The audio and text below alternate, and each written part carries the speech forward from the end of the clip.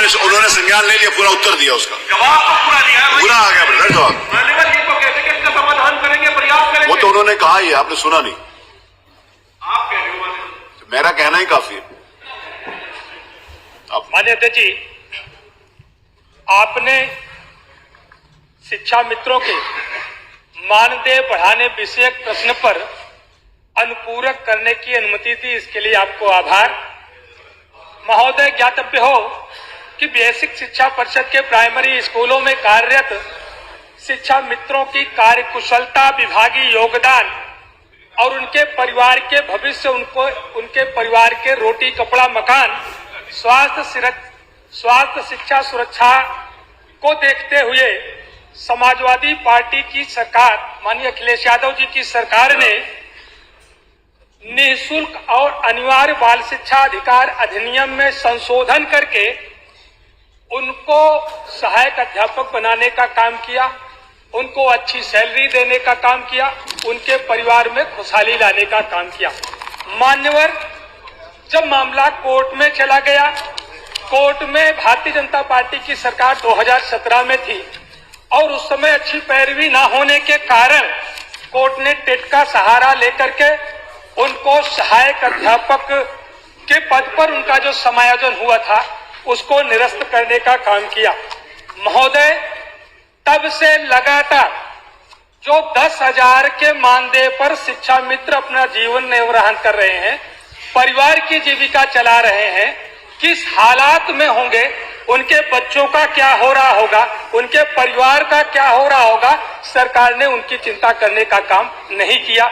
मान्यवर, कोर्ट ने केवल उनका सहायक अध्यापकों के पदों पर जो समायोजन हुआ था उसको निरस्त करने का आदेश किया था, न कि उनका मानदेय बढ़ाने का कोई आदेश निरस्त किया था या उनको अन्य किसी मद में और दूसरे भत्तों के रूप में उनका मानदेय बढ़ाने पर कोई रोक लगाने का काम किया था। मान्यवर, ये नहीं कहा था कि उनको बंधुआ मजदूर बना करके उनको काम कराया जाए, 10,000 में उनको जीवन निर्वाह करने के लिए मजबूर किया जाए। मान्यवर, इसलिए ये प्रश्न बार बार विधानसभा में आया है।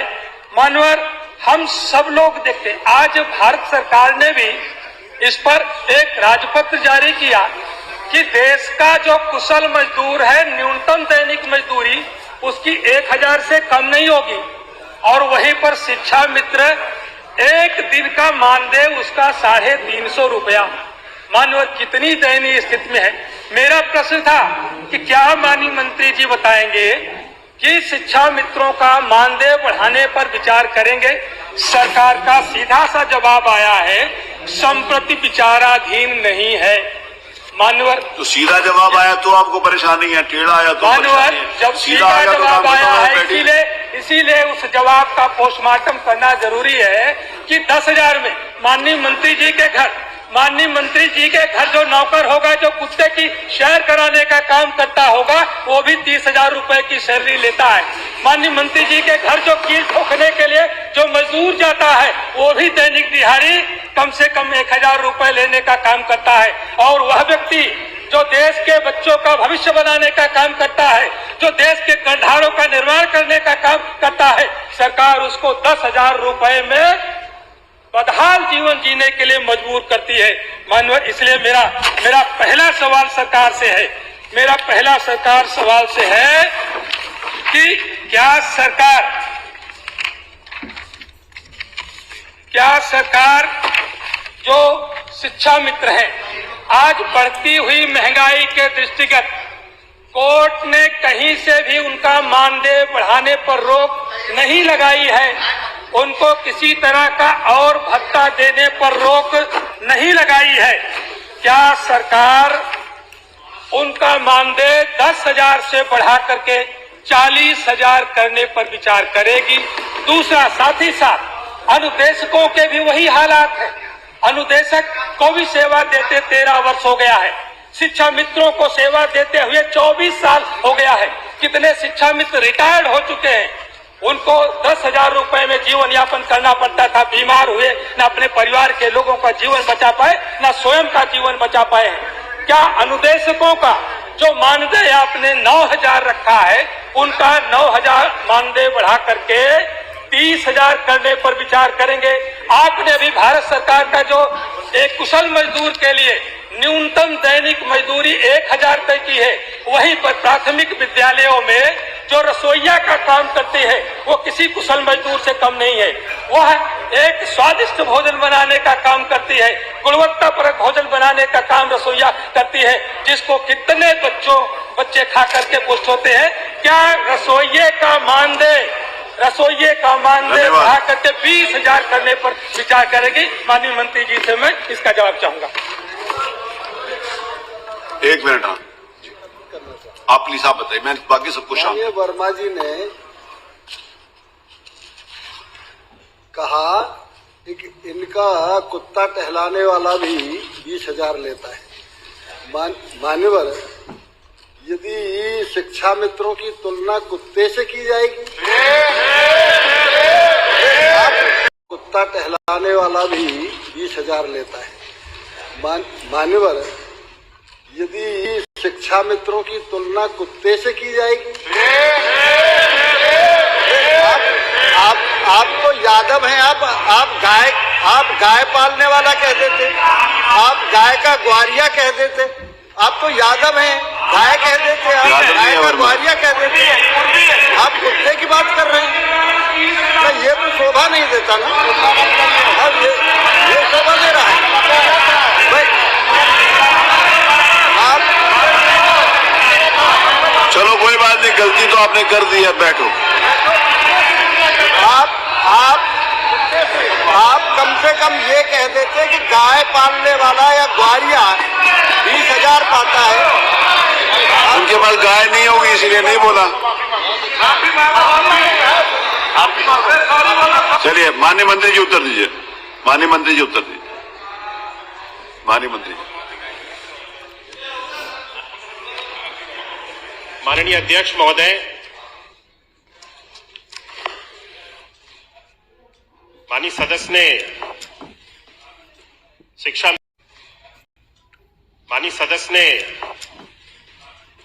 शिक्षा मित्रों के संबंध में प्रश्न किया और इस संबंध में बड़ी लंबी चर्चा चल रही थी और साथ साथ उन्होंने शिक्षा मित्रों की तुलना, ये पहली बार नहीं है कि इस सदन में एक पशु से कर दी हो। पिछले सदन में भी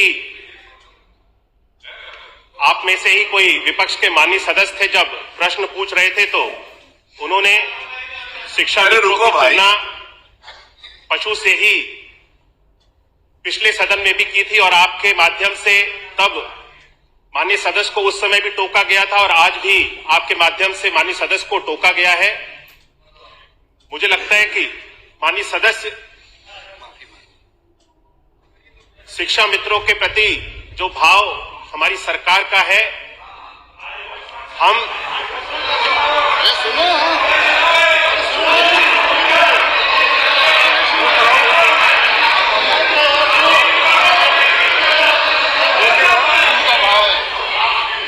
अभी तो शुरुआत है और खेल नहीं पा रहे हो। उनका भाव है, उनका सम्मान है।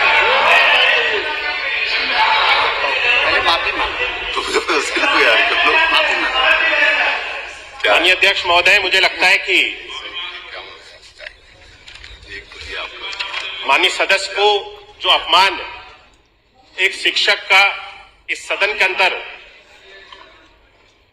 जिन शब्दों का प्रयोग करके किया गया है, उसके लिए माननीय सदस्य को शिक्षा मित्रों के प्रति माफी मांगनी चाहिए। हम सब लोग शिक्षा मित्रों के प्रति पूरी सजगता रखते हैं और उनके साथ उनके द्वारा किए गए जो कार्य हैं उससे भी सरकार उसकी सराहना करती है और उनके साथ उनके अच्छे में और बुरे में कंधे से कंधा मिलाकर के चलने का कार्य सरकार के द्वारा किया जा रहा है। और इसीलिए सरकार ने जितने भी हमारे शिक्षा मित्र थे, जो जब समायोजन की प्रक्रिया की गई, जब इनको सहायक अध्यापक से वापस शिक्षा मित्र बनाया गया था, उस समय कई सारे शिक्षा मित्र ऐसे थे जो अपने स्थानों से दूरस्थ स्थानों पर चले गए थे और उसके बाद में उन्हें अपनी सुविधा के अनुसार अपने विद्यालय तक जाने में जिन शिक्षा मित्रों को कठिनाई हो रही थी, उन सभी शिक्षा मित्रों के लिए हम सब लोगों ने सरकार के द्वारा व्यवस्था बना दी गई है कि आने वाले जो हमारी छुट्टियां होंगी, उन छुट्टियों में इस व्यवस्था को बनाया गया है कि शिक्षा मित्रों को अपनी स्वेच्छा अनुसार जिस स्थान पे वे जाना चाहते हैं उस स्थान पे वे चले जाएं। जहां तक मानदेय की बात माननीय सदस्य ने कही, शिक्षा मित्रों का मानदेय 2017 तक 3,500 रुपए था और 3,500 रुपए से उसको बढ़ा करके एक मुश्त हमारी सरकार के अंतर्गत 2017 में उसको 3,500 से 10,000 रुपए की वृद्धि करके उसको किया गया था। वर्तमान में माननीय सदस्य ने जो प्रश्न किया है, मेरे उत्तर में स्पष्ट है कि वर्तमान में शिक्षा मित्रों का जो मानदेय है वो 10,000 रुपए ही अभी चलता रहेगा और उस पे किसी भी तरह के संप्रति या उसको बढ़ाने का भी विचार सरकार के समक्ष नहीं है। प्रश्न संख्या 6 श्री समरपाल जी का है, उस पर जवाब आ जाए। अनुदेशकों और रसोइया पर आपका जवाब आ जाए। डॉक्टर वर्मा बैठिए, जो आपका डॉक्टर वर्मा बैठिए। श्री समरपाल जी, समरपाल जी अंग्रेजी पढ़ाने के लिए बच्चों के लिए प्रश्न कर रहे हैं, उस दिन कह रहे थे अंग्रेजी क्यों है। माननीय अध्यक्ष जी, आज मेरा प्रश्न था पढ़ाएंगे कि बेसिक शिक्षा मंत्री बताने की कृपा करें कि प्रदेश में बेसिक शिक्षा विभाग द्वारा सीबीएसई और आईसीएसई बोर्ड की तर्ज पर अंग्रेजी भाषा में बच्चों को पढ़ाने का काम हेतु कोई योजना है या नहीं। मान्यवर, जब विधानसभा में आपने अंग्रेजी लगा दी, लगाई नहीं है, सुनाइए। जो सी भी है ऐसी ये करते प्राइमरी में ये भी करने में।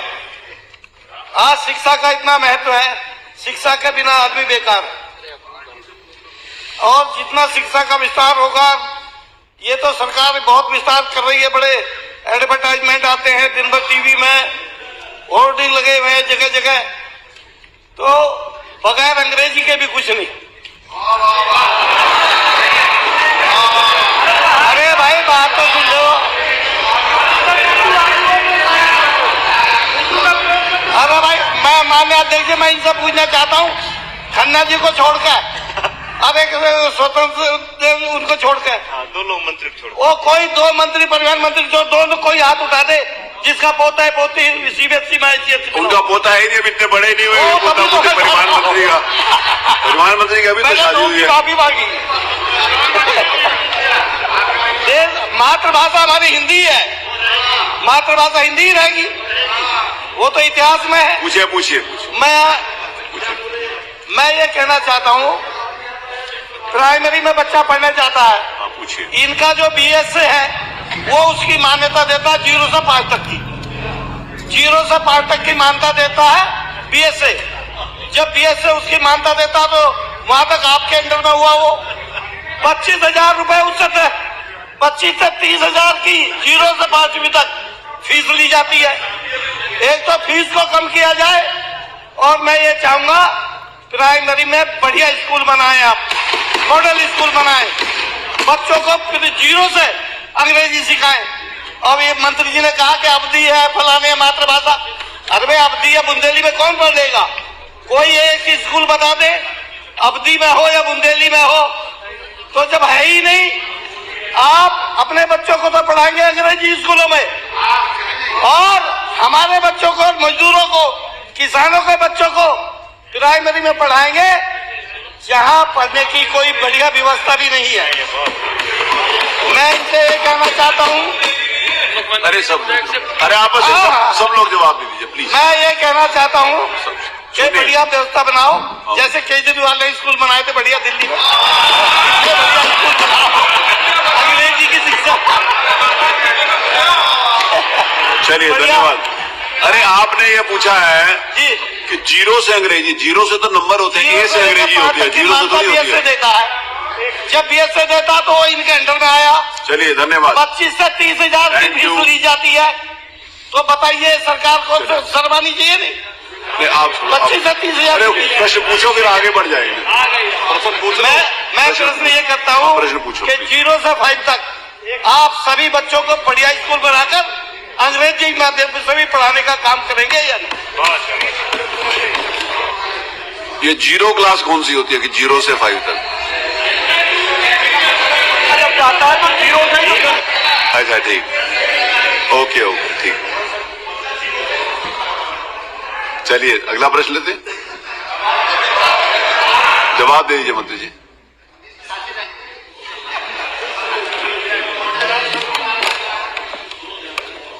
माननीय अध्यक्ष महोदय, माननीय सदस्य ने प्रश्न किया है अंग्रेजी माध्यम शिक्षा को लेकर के। उसके साथ साथ माननीय सदस्य ने जो शिक्षा की व्यवस्था है उत्तर प्रदेश में वर्तमान में और 2017 से पहले जो थी उसके ऊपर भी प्रश्न उठाया है। मैं आपके माध्यम से माननीय अध्यक्ष जी सदन को अवगत कराना चाहता हूं कि अंग्रेजी माध्यम के जो विद्यालय हैं वो एनईपी 2020 लागू होने से पहले उत्तर प्रदेश के अंतर्गत इंग्लिश मीडियम के विद्यालयों को अलग से चयनित किया जा रहा था, जिसके माध्यम से 13,250 विद्यालय वर्तमान में इंग्लिश मीडियम के माध्यम से जो पठन पाठन का कार्य है इन विद्यालयों में कराया जा रहा है वर्तमान में। और एनईपी 2020 लागू होने के बाद में क्योंकि मातृभाषा में शिक्षा को ग्रहण करने के लिए इस पे फोकस किया गया है, लोकल जितनी भी हमारी भाषाएं हैं उनके ऊपर भी एनईपी 2020 में फोकस किया गया है। इसको हम सब लोग ध्यान में रखते हुए एक व्यवस्था बनाई गई है कि हर एक विद्यालय में इंग्लिश को एक सब्जेक्ट के रूप में पढ़ाया जाएगा। और ऐसा हमारा उत्तर प्रदेश में आज कोई भी विद्यालय नहीं है जहां पर इंग्लिश एज अ सब्जेक्ट उसको ना पढ़ाया जाता हो। बच्चों के पास में इंग्लिश की जो पुस्तकें हैं वो हर एक विद्यालय में हर एक बच्चे तक पहुंचाई जाती है। केवल और केवल इंग्लिश मीडियम जो विद्यालय है उसके बारे में मैंने पहले आपको जानकारी अवगत करा दी है कि इस व्यवस्था को जब एनईपी 2020 आ गई उसको समाप्त कर दिया गया। माननीय सदस्य ने इसके साथ साथ और भी अन्य कई प्रश्न उठाए। उन्होंने कहा कि शिक्षक जो विद्यालय परिषदीय विद्यालय है उत्तर प्रदेश में जो उनकी गुणवत्ता है उन्होंने उसके ऊपर बहुत विशेष चिंता जताई। मैं बताना चाहता हूं कि 2017 से पहले अगर जो चिंता माननीय सदस्य ने आज सदन में हम सब लोगों के समक्ष व्यक्त की है, अगर ये 2017 से पहले इसी तरह की चिंता होती तो जो ऑपरेशन कायाकल्प हम सब लोगों को चलाना पड़ा विभिन्न 19 पैरामीटर्स पे, जहां किसी भी उत्तर प्रदेश में परिषदीय विद्यालय में सभी मूलभूत सुविधाएं, ना टॉयलेट, ना क्लास में बैठने के लिए बेंच थे, ना क्लास में पढ़ाने के लिए ब्लैक बोर्ड थे, ना बच्चों के पीने के लिए पेयजल की व्यवस्था थी, ना बच्चों के खाने के लिए किसी शेड की या बेंच की व्यवस्था थी। इन सारी चीजों की व्यवस्था किसी भी परिषदीय विद्यालय में मूलभूत सुविधाएं नहीं थी। हमने इनकी सरकार के समय की मैं आपको बात बता रहा हूं, जो माननीय सदस्य चिंता व्यक्त कर रहे थे, हमने 2017 में ऑपरेशन कायाकल्प का हम सब लोगों ने प्रारंभ किया।